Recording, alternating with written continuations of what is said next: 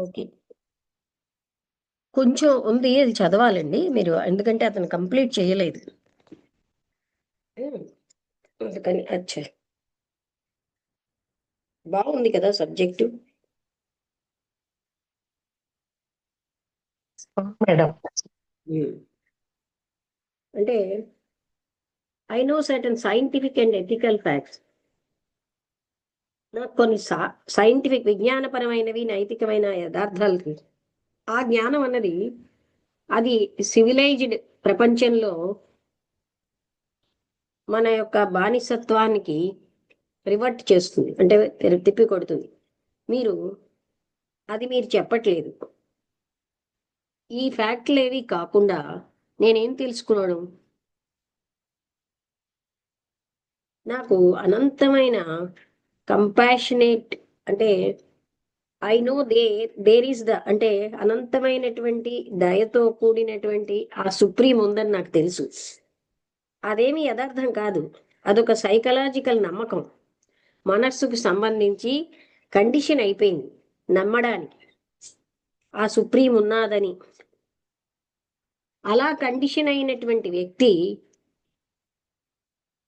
ఆ సుప్రీంని maintain that the supreme is not అంటే will maintain that the supreme is not అని అంటే one who has been condition differently supreme లేదు అన్న వాళ్ళు అలా కండిషన్ అవుతారు, సుప్రీం ఉంది అన్న వాళ్ళు ఇలా కండిషన్ అయిపోతున్నారు. ఇద్దరూ కూడా వాళ్ళ సాంప్రదాయంతో వాళ్ళు బంధించబడ్డారు. జ్ఞానంతో ఇద్దరూ కూడా డిస్కవరీ అన్నది లేదు, సత్యాన్ని డిస్కవర్ చేయలేదు, చెయ్యలేరు. మనకు తెలుసున్నది ఏంటి? మనం చదివినది, మనం అనుభవించిందే కదా మనకు తెలుసున్నది. మనం ప్రాచీనమైనటువంటి గురువులు ఏం చెప్పారో, నవీనమైన గురువులు ఏం చెప్పారో, ఎలా వర్ణించి వివరించారో అవే కదా మనం నేర్చుకున్నవి. ఇప్పుడు నేను తప్పనిసరిగా మీతో అంగీకరించవలసిన ఫోర్స్ తోటి ఉన్నాను. అంటే నేను ఫోర్స్ అంటే తప్పనిసరిగా అంగీకరించవలసి వస్తుంది. మనం గతము యొక్క ఇంజంక్షన్స్ అంటే కంజంక్షన్స్ అన్నిటితోటి ప్రెజెంట్తో కలిసి ఉన్నాం. ప్రెజెంట్ అన్నది గతంతో నిండిపోయి ఉంది, షేప్ అయిపోతుంది. భవిష్యత్తు కూడా ఆ కంటిన్యూటీ అంటే కొనసాగింపే ఈ ప్రెజెంట్కి. అంటే ఈ ప్రెజెంట్ గతంతో ఉంది. ఇది కూడా ఇదేమో అనుమతించి అంటే అగ్రిమెంట్ అనే విషయం కాదు.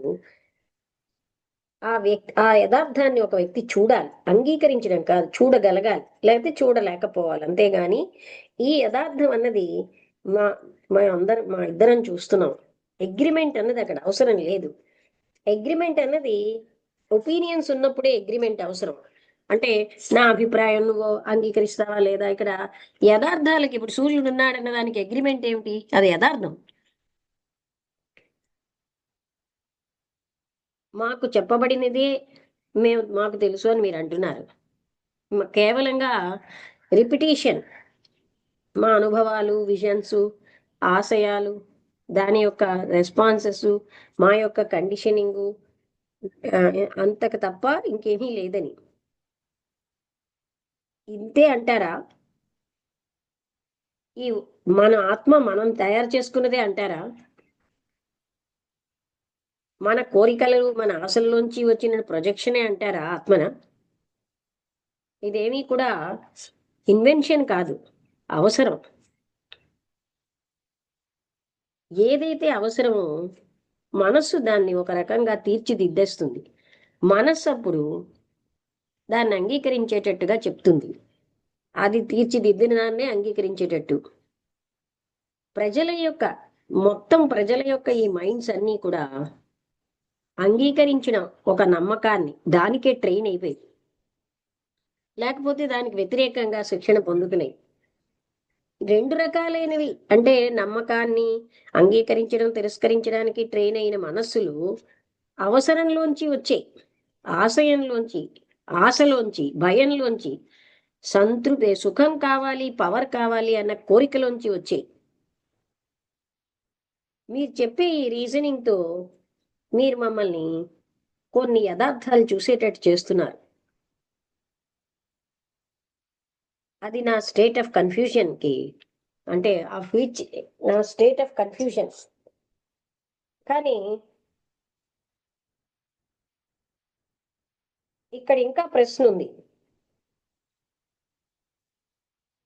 అది దాని యొక్క ఒక్కసారండి వలలో చిక్కుకున్న మనస్సు ఎలా ఉంటుంది, దాని దాని యొక్క కండిషన్ లో. ఒక్క నిమిషం.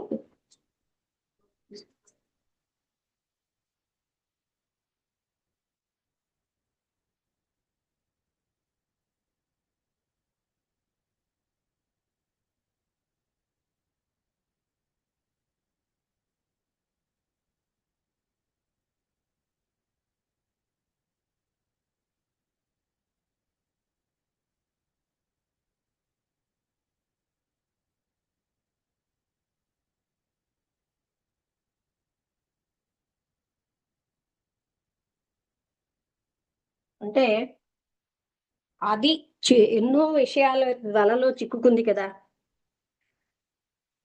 That which is necessary soon fashion, అంటే మనకి అవసరమైనది మనసు తయారు చేసేస్తుంది ఒక విధానం. అది దాన్ని అంగీకరించేటట్టు చేస్తుంది. మొత్తం ప్రజలందరూ కూడా ఇలాగే ఒక నమ్మకాన్ని అంగీకరించేటట్టుగా శిక్షణ ఇవ్వబడుతున్నారు. లేకపోతే తిరస్కరించేటట్టుగా. ఈ ఇద్దరికీ కూడా అవసరంలోంచే వచ్చింది ఇది. అవసరము, భయము, ఆశ, కోరిక, సుఖం కావాలి, పవర్ కావాలన్న కోరికలోంచి వచ్చాయి ఈ అంగీకరించడం. ఒక నమ్మకాన్ని ఆ అంటే మనం ప్రాక్టీస్ చేస్తారు, అంటే ట్రైన్ చేస్తున్నారు, దీన్ని నువ్వు నమ్ము అని. అందుకని ఈ రెండు అవసరంలోంచి వచ్చినవి. అవసరము, భయము, ఆశ, పవర్ కావాలి, సుఖం కావాలి అన్న కోరికల్లోంచి. మీరు చెప్పే ఈ రీజనింగ్ తో మేము కూడా తప్పనిసరిగా ఆ యథార్థాలు చూస్తున్నాం. నా ఓన్ స్టేట్ ఆఫ్ కన్ఫ్యూషన్ కాకుండా అన్ని చూస్తున్నాను. కానీ ఇంకా నాకు ప్రశ్న ఉంది. దాని యొక్క వలలో చిక్కుకుపోయినటువంటి మనస్సు ఎలా ఉంటుంది, అది ఏమిటది? అంటే చాయిస్లెస్ గా ఎరుకతో ఆ యథార్థాన్ని, ఇది కన్ఫ్యూజ్డ్ గా ఉన్నది అనే యథార్థాన్ని చూడండి. ఏ యాక్షన్ అయినా ఆ కన్ఫ్యూజన్ అన్నది, అంటే ఏ యాక్షన్ కోసమైనా ఈ కన్ఫ్యూజన్ వల్ల మరికొంచెం కన్ఫ్యూజన్ వస్తుంది. జ్ఞానం అంతా చనిపోవాలి, మనస్సు జ్ఞానం నుంచి శూన్యం అయిపోవాలి. ఏదైనా సరే సత్యాన్ని, ఆ సుప్రీంని అది డిస్కవర్ చేయాలంటే, అంటే గత జ్ఞానం అంతా పోవాలి. మమ్మల్ని చాలా కష్టమైన విషయం మీరు అడుగుతున్నారు. నేను చదివిందంతా నేను వదిలి చనిపోగలనా అంటే, నేను చదివినది, నేను నేర్చుకున్నది, అనుభవించింది అంతా వదిలేయాలా? అది నాకు తెలియట్లేదు.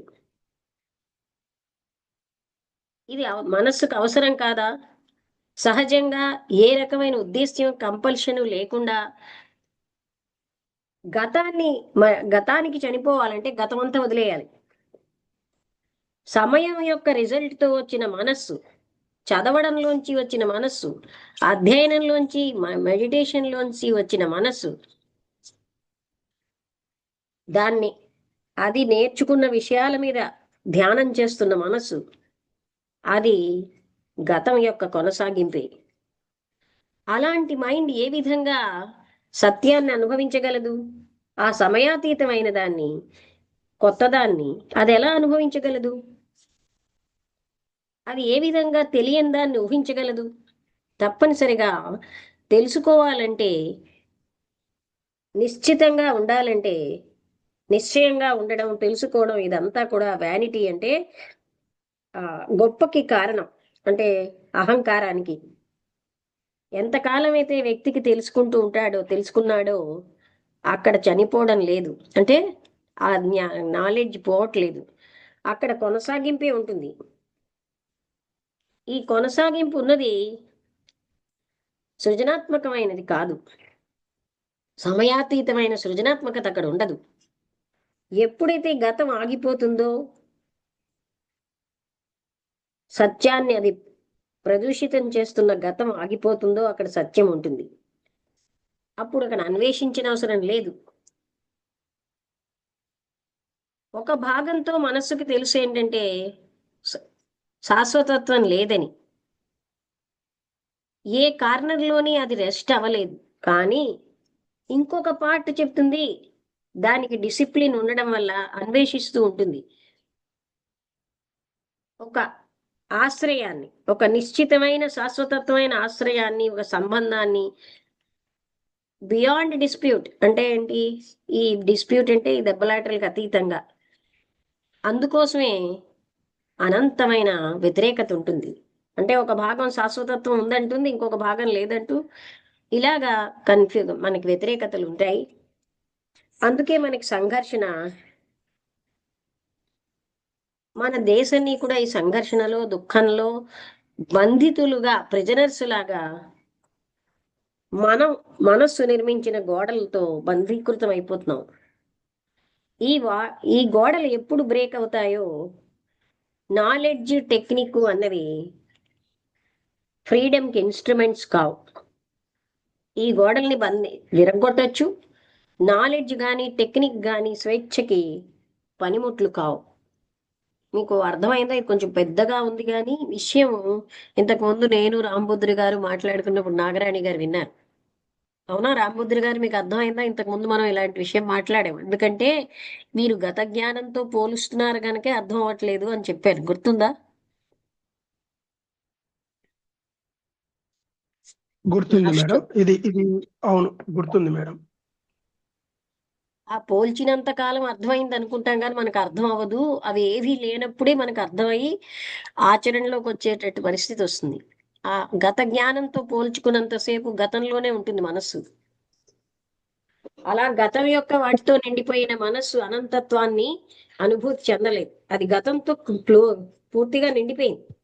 అలాగే నమ్మకాలతో నిండిన మనస్సు కూడా నిజమైనటువంటి ఆ సుప్రీంని అనుభూతి చెందలేదు. నమ్మకం కూడా నమ్మేటట్టుగా ప్రజలని ట్రైన్ చేస్తున్నారు. నువ్వు నమ్ము, నీకు నమ్మకం ఉంటేనే కనిపిస్తారు, అలా మాట్లాడతారు. అర్థమైందా? అంటే ప్రజలకు అలాంటి ట్రైనింగ్ ఇస్తున్నారు. సో ఇక్కడితో ఈ చాప్టర్ అయిపోయింది. అంటే జ్ఞానం కానీ టెక్నిక్స్ కానీ ఏవీ లేవు ఆ స్వేచ్ఛ పొందడానికి. మనస్సుని అన్ని రకాలైన వాటిలోంచి స్వేచ్ఛ చేయడానికి ఏ టెక్నిక్స్ లేవు, జ్ఞానం పనికిరాదు. మళ్ళీ మనం ఎలాగా అని అడుగుతాం. ఒక పద్ధతి ఇంకొకరి నుంచి తెలుసుకున్నది, దానికి పద్ధతులు పాటిస్తే అది అయ్యేది కాదు. అవ్వాలని గట్టి కోరిక వల్ల అవదు. మనస్సుని గతాన్ని తీసేసి ఏ క్షణం కా క్షణం చాయిస్లెస్ అవేర్నెస్ తో ఉంటే ఉండేదే అది. ఎంపిక లేని ఎరుక అంటారు, చాయిస్లెస్ అవేర్నెస్. డౌట్స్ ఉన్నాయా? లేకపోతే అర్థమైతే చెప్పండి. మీకు అర్థమైందా? వసంతలత ఉన్నదా లేదా? ఇవాళ రాలేదా? అయితే రాంబుద్రి గారు మీరే మాట్లాడండి. నాగరాణి గారు కానీ ఎవరికి ఏదైనా డౌట్స్ ఉంటే ముందు అడగండి. అంటే ఇక్కడ ఎంత టాపిక్ లో మనకు చెప్తున్నది ఏంటంటే, మనం నాలెడ్జ్ ఉందని గొప్ప అహంకరిస్తూ ఉంటాం. ఈ నాలెడ్జ్ అసలైనటువంటి పరమాత్మ తత్వాన్ని తెలుసుకోవడానికి అడ్డు. ఆయన అది ఆ పదం వాడరు కానీ అసలు సుప్రీం అంటే అది. మేడం,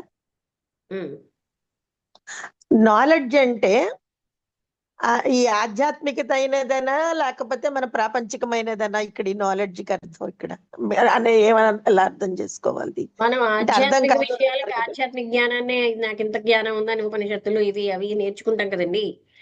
ప్రాపంచ జ్ఞానంతో అనంతత్వానికి భగవంతుడి దగ్గరికి వెళ్ళలేము. ఏ జ్ఞానమైనా అంటే, ఎందుకంటే నాకు తెలుసు అన్నదేముంది, అది ప్రాపంచిక విషయాలకు కావాలి. కానీ సైకలాజికల్ గా ఎప్పుడైతే అది వదిలేస్తామో అప్పుడే అసలైన దాన్ని మనం డిస్కవర్ చేయగలదా మనస్సు. దాంతో నిండిపోతే అది ఏమీ తెలుసుకోలేదు, అక్కడ జాగానే లేదు తెలుసుకోవడానికి. అది ఉన్నదాన్నే చూస్తూ ఉంటుంది, లోపల ఉన్నదాన్నే చూస్తూ ఉంటాం. అవునండి మేడం. ఇంకా ఆయన ఏం చెప్పారు? ప్రజలకు అందరికి ట్రైనింగ్ ఇస్తారు, నమ్మకాన్ని గట్టిగా ఆమోదించు అంటూ.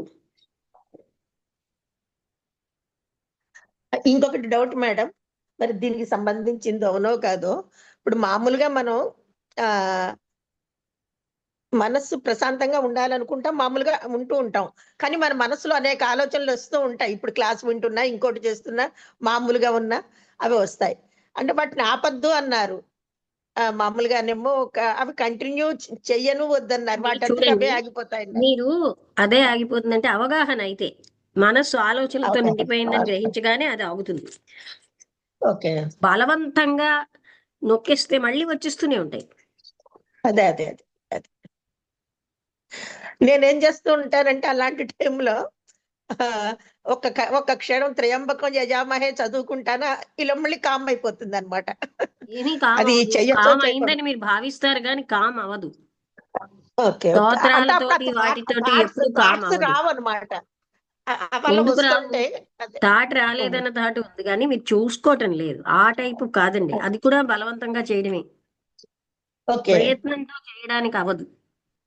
అదే అదే అదే వస్తూ ఉంటాయి కదా! అలా వద్దన్నా వస్తూ ఉంటాయి ఒక్కొక్కసారి. అస్తమానం కాదు, ఒక్కొక్కసారి అవుతూ ఉంటుంది. ఒక్కొక్కసారి ఏంటి అలాగా ఎప్పుడు వస్తాయి. జరుగుతూ అదే అదే అస్తమానం వస్తాయి.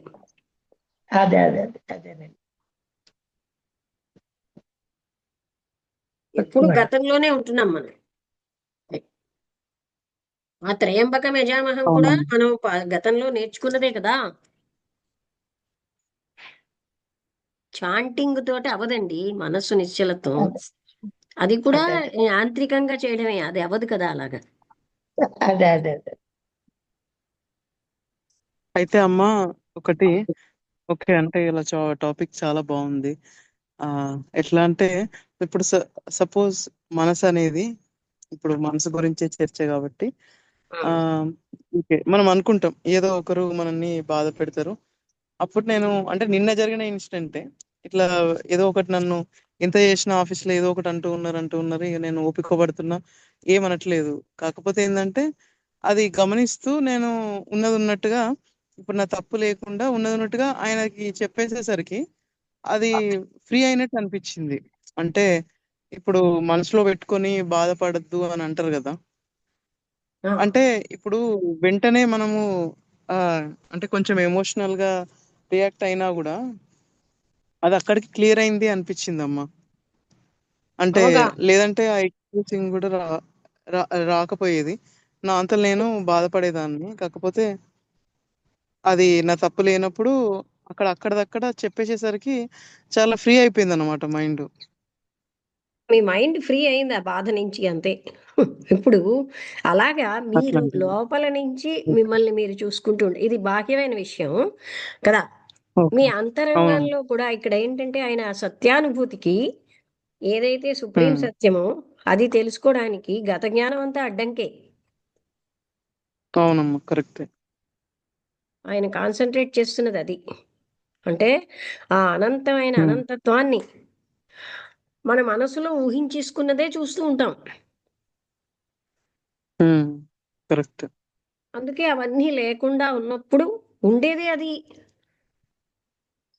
హ్మ్. కానీ మనం లేదని అనుకున్న ఆ టైంలో ఇంకా ఏవో సటిల్‌గా సూక్ష్మతరమైన ఆలోచనలు ఉంటున్నాయి. అది మనం గమనించాలి. అవునమ్మా. ఇప్పుడు మీరు చెప్పినయన్నీ కరెక్టే. ఎట్లా అంటే అందరూ "నువ్వు నమ్మి చూడు, నమ్మితే ఖచ్చితంగా అయితదంటారు." ఖచ్చితంగా కండిషన్ బేస్డ్ పెడతారు.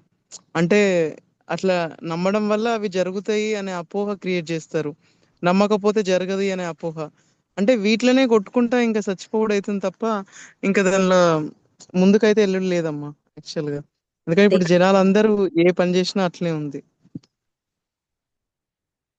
అంటే ఆ మనకున్న నమ్మకాలు, మనకున్న జ్ఞానము ఇవన్నిటితోటే మనం ఎప్పుడూ నిండిపోయి ఉంటున్నాం. కరెక్ట్. ఆయన బోలెడంత జ్ఞానం ఆర్జించాడు. నాకు ఈ జ్ఞానం లేకుండా ఎలాగా అంటున్నాడాయన. జ్ఞానంతో తెలుసుకుంటామనే హ్మ్. మనం అనుకుంటాం. దాంతో తెలుసుకోవడం ఉండదు. కంపారిజనే ఉంటది. ఇది ఇట్లా అది. గదా! అది అట్లా ఆ! గదా! మళ్ళీ కంపేర్ చే గతంలోకెళ్ళిపోయి కంపేర్ చేసుకొని ఇది ఇట్లా గదా! అట్లా గదా! అని అనుకుంటాం. అక్కడితో అదే తృప్తి సరే పడిపోతాం. ఇప్పటివరకు ఏదో తెలుసు అవునమ్మా. ఇప్పటివరకు ఏదో తెలుసో తెలవకనో ఇదో అదో తెలుసుకున్నాం. తెలుసుకున్నంత మాత్రాన ఇంకా దాన్ని ఇంకా సమాధి చేయాల్సిందే ఖచ్చితంగా. ఆహ్, అట్లా చేస్తేనే స్కోప్ ఉంటదిక్కడ అనిపిస్తుంది. అదే అమ్మా, మెయిన్ గా ఇప్పుడు ఈ 3 days నుంచి టాపిక్ మనకు అంటే ఉన్నది ఉన్నట్టుగా చూడడానికి రావాలి. అంటే మీరు అన్నట్టు క్షణ క్షణం కూడా ఎరుకతో ఉండాలి అని ఉమ్, చెప్తున్నారు కదా. అదే అట్లా చూస్తూ ఉండాలి. ఒక బాధ వస్తుంది, ఒక సంతోషం వస్తుంది, అట్లా చూస్తూ ఉంటే అది ఇక ఎలా అనేది అది ఎవరికి వాళ్ళే చాయిస్లెస్ ఆ, అవేర్నెస్ అంటే అర్థం ఇది చేసుకోవాలి. బాగుంది ఇది బాగోలేదు అనకుండా అబ్జర్వ్ చేయాలి. అనకుండా అబ్జర్వ్ చేయాలి. కరెక్ట్. అట్లా అబ్జర్వ్ చేస్తూ ఉంటే అమ్మా ఇంకా మనకు అంటే ఎవరికైనా ఎవరు అబ్జర్వ్ చేస్తున్నారో వాళ్ళకు ఖచ్చితంగా ఆ సుఖము దుఃఖము అంటే లైక్ దాంతోనే అభేద స్థితి ఆ ఇంకా వస్తది. అంటే లైక్ అంతే గమనించడం వల్లనే ఇది సుఖమా దుఃఖమా అనేది కాకుండా ఉమ్. ఉండాలి అంతే. దేనికి కూడా ఆకర్షితులు దేనితో బంధించబడకుండా చూడగలగాలి. బంధించబడకుండా కరెక్ట్. అదేలేండి, ఓవరాల్ గా చెప్పాలంటే మీరు ఆ కండిషన్ బేస్డ్ ఉండకూడదు. ఇది ఇట్లా చేస్తే ఇట్లనే అవుతుంది అట్లా అవుతుంది అని ఉంటే ఇంకా అక్కడ ఖచ్చితంగా. అయితే అమ్మా ఇంకొకటి ఏదో చదివినప్పుడు ఒకటి అంటే అఫ్ కోర్స్ ఇక్కడ మళ్ళీ నేను కంపేర్ చేయట్లేదు, కాకపోతే ఇది అవుట్ ఆఫ్ టాపిక్ కావచ్చు, అప్పుడే అంత ఇది రాదు కాబట్టి. అయితే మనసు మంచి విషయాలు అంటే మళ్ళీ ఇది అడగడంలోనే అర్థమవుతుంది. బట్ ఇప్పుడు ఇది తప్పు ఇది కరెక్ట్ అనేది ఇంటెన్షన్స్ ఉండకూడదని నిన్ననే డిస్కస్ చేసుకున్నాం. కాకపోతే మనసు శాంతి పొందుతుంది. ఇప్పుడు ఓం శాంతి శాంతి శాంతి అంటారు, అంటే ఆ మనసు శాంతి పొందుతుంది అంటారు, అంటే మనసుకు కూడా కొన్ని మంచి లక్షణాలు ఉన్నాయి అంటారా? అంటే శాంతి ఎక్కడ పొందడము శాంతి అంటే పొందుతోంది? పొందిందని మనం ఓం శాంతి శాంతి శాంతి అంటే అయిపోతుంది అదేంటి శాంతి? అది మనం యథార్థాన్ని ఉమ్, చూడగలగాలి. అలా అన్నంత మాత్రంలో అది శాంతి అవుతుందా? ఉమ్. కానీ అవుతుందని ఫీల్ అవుతుండ్రు కదా మా అందరూ. అది సో వేరండి. ఫీల్ అవ్వడం వేరు, యథార్థం వేరు. ఇక్కడ ఏంటంటే ఏ ప్రయత్నము చెయ్యొద్దు అంటే ప్రయత్నించేవాడు ఉన్నాడు అక్కడ. అదే అడ్డు. ఉన్నాడు. అవును. అట్ ఉమ్. అందుకని ఆ నేను అన్నదంతా పోయినప్పుడే కదా అనంతమైన స్థితి ఉంటుంది. ఉంటుంది. అవును. మేడం మేడం చెప్పండి. ఇక్కడ ఉమ్. ఆ నేను అంటే నేను ఫీల్ అవుతున్నాను అని అంటే ఆ, అది తాత్కాలికంగా అంటే ఒక సంతృప్తి కానీ ఒక ఆనందం కానీ ఒక దుఃఖం కానీ ఒక ఆ ఫీలింగ్ ఏదైతే ఉందో అది తాత్కాలికంగా వస్తుంది. మళ్ళీ రిపిటీషన్ అనేది లేని స్థితే కదా మనం మన కోరుకుంటున్నది. అంటే ఇప్పుడు మనసు పరిధిలో అంతా రిపిటీషనే కదా జరుగుతున్నది. అది ఉమ్. ఆ రిపిటీషన్ లేని స్థితి అంటే అంటే సర్వ అవస్థల నుంచి లిబరేషన్, స్వాతంత్రం పొందాలి అంటే ఒక అవస్థలు కాదు ఆలోచనలు. ముఖ్యంగా మనస్సుని బంధించేవన్నీ గత ఆలోచనలే కదా. ఉమ్. అంటే ఇప్పుడు ఇక్కడ మ్, మూడు ఒక పోలికలు పోల్చారు మేడం. ఆ వచ్చిన వ్యక్తి ఆ, ఎన్నో ఆధ్యాత్మిక ప్రయత్నాలు చేశారు. ధ్యానం అని మంత్రం అని శాస్త్రాలని అన్ని రకాలుగా ప్రయత్నాలు చేశారు, ఇది చేశారు. అయితే ఇక్కడ ఆ, కృష్ణమూర్తి గారు ఆ, ఏం చెప్తున్నారంటే ఆ, ఈ ఈ ఈ దైవం కోసం ప్రయత్నం చేసే ప్రయత్నాలు అంటే ఒక మనిషి ఆ, ఆధ్యాత్మికంగా ధ్యానం ఈ ప్రయత్నాలు చేసే మనిషి అంటే భౌతికంగా ఇంకొక కోరికతోటి ప్రయత్నం చేసే మనిషి ఆ, ఇలాగా అందరూ ఒక్కటే. అంటే ఆ, ఏమైంది ఇప్పుడు మనం ఏమనుకుంటున్నాం అంటే చాలా డిఫరెన్షియేషన్ మనం చెప్పుకుంటున్నాం. ఏమని ఒక లౌకికంగా ఆ, భోగాల గురించి ప్రయత్నం చేసే వ్యక్తికి ఆధ్యాత్మికంగా ప్రయత్నం చేసే వ్యక్తికి చాలా తేడా ఉంది. ఎందుకంటే అతను ఆ ఆ భోగాలతోటి వ్యసనాలకు లోనవుతున్నాడు, ఇదవుతున్నాడు. మేమైతే అట్లా కాదు, మాకు మంచి ప్రవర్తన ఉంది, మంచి డిసిప్లిన్ ఉంది, ఆ ఆధ్యాత్మిక ప్రయత్నం ఉంది, భగవంతుని కోసం ఒక ఇప్పుడు అవన్నీ సత్ప్రవర్తన. కొట్టి పారేస్తున్నారు ఆ, కదండి. ఎందుకంటే అక్కడ ఆ, మళ్ళీ నేను అదే పెరిగింది అదే కదా. అది అదే. అయితే ఇక్కడ కృష్ణమూర్తి గారు చెప్పేది ఏంది అంటే దాంట్లో కోరిక ఉంది, దీంట్లో కోరిక ఉంది, కాబట్టి అది ఇది రెండు సమానమే అని చెప్తున్నారు.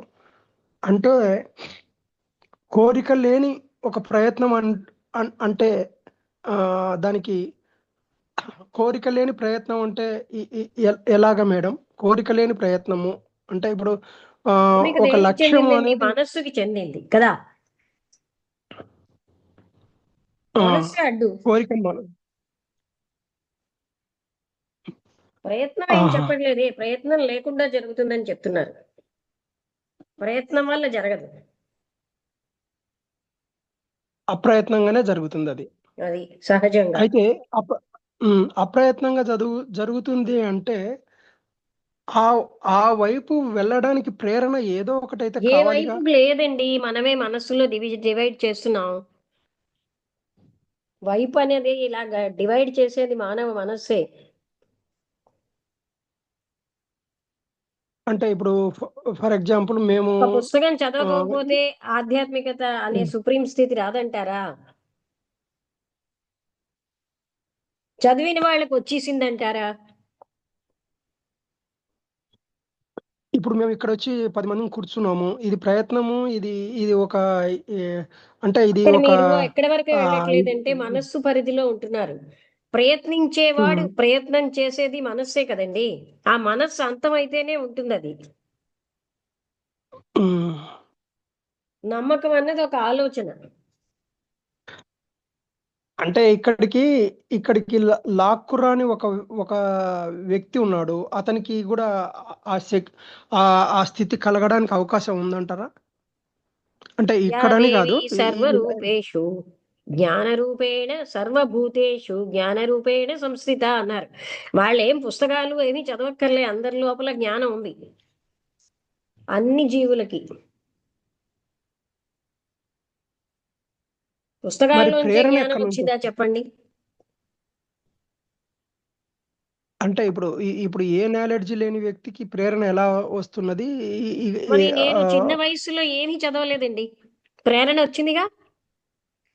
పుస్తకాలు కాదండి కారణం, ప్రేరణకి వేరే మూలం ఉంది. అందులో మూలం ఏమి అంటే అనుకూలం లేని పరిస్థితులు ఉన్నాయి నాకు.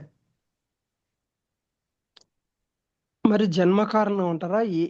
ఎందుకు ఆ, వస్తుంది అది? జన్మ కారణం, అందరికీ జన్మ కారణం ఉంది. మీకు నా ఒక్కరికే కాదు, మీకు ఉంది. మనం కవర్ చేసేస్తున్నాం మనస్సుని. అది కదా ఇక్కడ ఇంత చాప్టర్ లో ఆయన చెప్తున్నది ఏమిటి? గతంతో, గత జ్ఞాపకాలతో, నేనేదో ఉన్నాను, నేనే ప్రయత్నం చెయ్యాలి, ఇలాంటి వాటితో, తెలుసుకున్న జ్ఞానంతో, అహంకారంతో నిండిపోతున్నాం.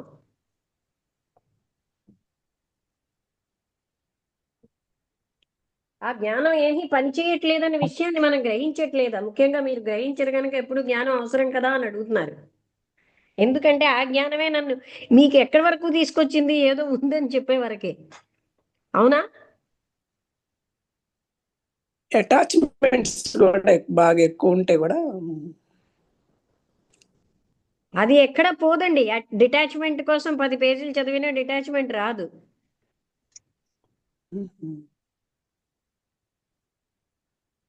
కానీ చూడండి అమ్మా, ఓకే, ఇప్పుడు ఆ ప్రస్తుతంగా కీర్తన ఉన్నటువంటి కథ చూస్తే ఏదైనా మన మంచికే జరుగుతుంది అని అనుకుందాం అనుకుంటే ఇప్పుడు అదంతా అన్ని లౌకిక సమస్యలు వస్తున్నాయి. విషయాలండి. ఇంకా మరి అవన్నీ పెట్టకండి ఇక్కడ. లౌకికంగా ఓకే. అలా వివాహాల్లో అబద్ధం ఆడొచ్చు, ఇవన్నీ లౌకిక విషయాలు. ఉమ్, ఓకే. లౌకికంగా మంచి అంటే ఏమిటి నేను ఇక్కడ? అనేది మనం ఇక్కడ సుపీరియర్ ఆ, అంటే ఆత్మతత్వాన్ని తెలుసుకోవడం అన్న విషయం మాట్లాడుతున్నాం కదా. అవునమ్మా, అంటే ఇక్కడ జస్ట్ ఒక పాయింట్ ఏంటంటే, ఏదైనా ఇప్పుడు ఒక సమస్యలు వచ్చినప్పుడు ఏదైనా మన మంచికే అనుకుంటాం కదా, మన మంచికే అనుకొని అది మనమే భరిస్తాం లేము, కదా మంచి మరి. ఏమిటండి అక్కడ? నేను లేని స్థితిలో జరుగుతుంది సుప్రీం ఓకే. కదా. కరెక్ట్. అదే ఎగ్జాక్ట్లీ. ఉన్నది ఉన్నట్లుగా చూడటమే. ఏదన్నా జరుగుతా పోతా ఉంటది, వస్తుంది పోతా మనస్సు ఉంటుంది, అంతే కదండి. పోకడలను గమనించాలండి. నేను మనస్సు అనుకోవడం వల్లే కదా చికాకులు వస్తున్నాయి. దాంతో ఐడెంటిఫికేషన్, శరీరంతో ఐడెంటిఫికేషన్ ఇవి గట్టిగా స్థిరంగా ఉన్నాయి.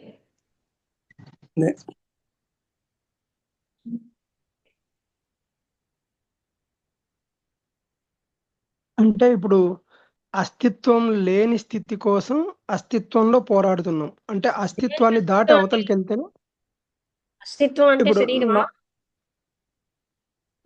అదే మేడం, శరీరము మనసు ఏదో ఒక దానితోటి మనం ఐడెంటిటీ అవుతున్నాం కదా. అవ్వాలి అని కాదు, అవుతున్నారు అన్నది వేరే సంగతి. అవడం ఎందుకు? ఏమంటారు? అది తెలిసినా మనం అవడ వదలట్లేదు కదా. అది నేను కాదని తెలిసినా పట్టుకుంటాం కదా.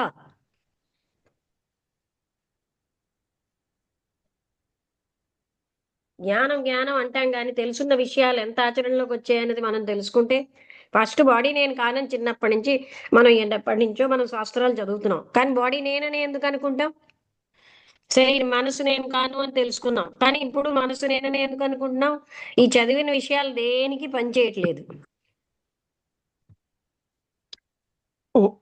అన్నిటికంటే వాస్తవం చెప్పాలంటే మనం ప్రిపేర్ కాలేదు ఆ లిబరేషన్ కోసం.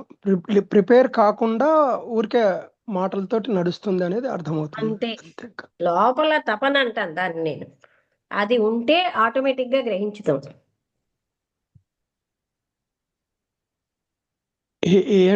ఏంటంటే ఏదో ప్రిపేర్ అయిపోయాము మేము మేము ఇంత దూరం వచ్చాము, ఈ స్థాయికి వచ్చాము, ఈ ఊహల్లోనే నడుస్తా ఉంది కథ.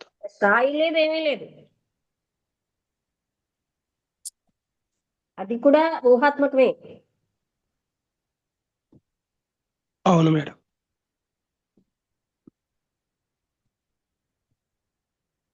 ఇందులో లెవెల్స్ ఉండమంటారా? మీ లెవెల్ కి మా లెవెల్ కి తేడా ఉంటుందిగా. లేదు. అది ఇప్పుడు ఏంటంటే లేదు అంటే అది పరిధి దాటిపోయిన స్థితి కాబట్టి అది మనం చెప్పడానికి లేదు. లేదండి, అలా ఉండదండి. అది మొమెంట్ టు మొమెంట్ అవేర్నెస్ అన్నారు కదా కృష్ణమూర్తి గారు. ఏ క్షణం కాక్షణమే. ఏదో నేను కొండ శిఖరం ఎక్కేసి అక్కడ కూర్చున్నాను అన్నట్టు ఉండదండి. ఏ క్షణం కాక్షణం ఎరుకతోటే. ఆ కొండ ఎక్కి కూర్చోడాలు ఉండవు ఇక్కడ. మన మనస్సులో ఇంకా ఉంటుంది. నిలబడ్డం. ప్రతి విషయాన్ని మనం అవేర్నెస్ తోనే ఉంటాం, అట్లా అలవాటు అయిపోద్ది ప్రతి అంతేనండి. విషయం. అదే మనం అవేర్నెస్ వదిలేస్తే అందరం ఒకటే. ఇక అదే మనం అయిపోతాం అప్పుడు. ఇక పద్దాక అదే గుర్తులోకి వస్తుంటది అవేర్నెస్ ఉంటే. ప్రజెంట్ మూమెంట్ లో ఉండడమే ఇక్కడ ముఖ్యమైనదని ఫస్ట్ నాకు గుర్తు అనిపించిన తర్వాత ఇక మనకి ఆటోమేటిక్ గా ప్రతి విషయంలో కూడా మనకి ఎన్ని alertness తెలుసుకున్నా నా నా నా అన్న బంధం ఎందుకు వదలట్లేదండి? శాస్త్రాలు తెలిస్తే బంధాలు వదులుతున్నాయా? మోహం పోతుందా? వైరాగ్యం వస్తోందా?